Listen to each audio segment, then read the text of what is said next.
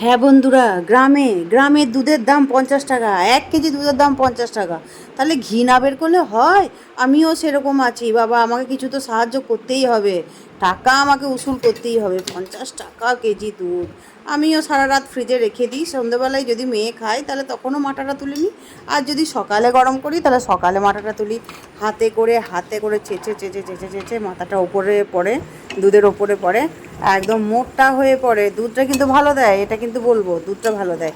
একটা বাটির মধ্যে মাটাটা জড়ো করি, 1 সপ্তাহ বন্ধুরা, 1 সপ্তাহ জড়ো করলেই মোটামুটি 200 গ্রাম ঘি হয়ে যায়।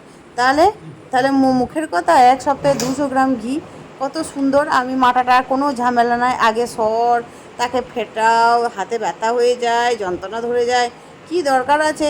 এই যে আমাকে একজন বৌদি বললো যে মাটা তুলবি, দেখবি কিছু হবে না, ফেটাতেও হবে না, কিছুই না, তাড়াতাড়ি হয়ে যায়। তোকে সর তুলে রাখতাম, তখন ঝামেলা। অনেকজন বলেছিল মিক্সিতে ঘোরাবে, সেটাও আমার পছন্দ হচ্ছে না, কেমন যেন হচ্ছে। এই মাটাটা তুলে দারুণ সুবিধা হচ্ছে, দারুণ সুন্দর ব্যাপার তো। একদম মাটা তুলছি, একটুখানি চামচে করে নেড়ে দিচ্ছি, মানে কোনো কষ্টই নাই। তারপর উনুনে বসিয়ে দিচ্ছি, ঢিমে আছে হচ্ছে, আস্তে আস্তে আস্তে আস্তে হচ্ছে, তারপরে ঘিটা বেরোচ্ছে। আর এত সুন্দর সেন্ট বেরোচ্ছে গো। অনেকে আবার বলছে যে এই মাটার ঘি নাকি বেশি দিন থাকে না। তো থাকে না, তো থাকে না, আমার তো সব সময় খাবারে লাগে। পরোটা বানায় ঘিয়ের অনেক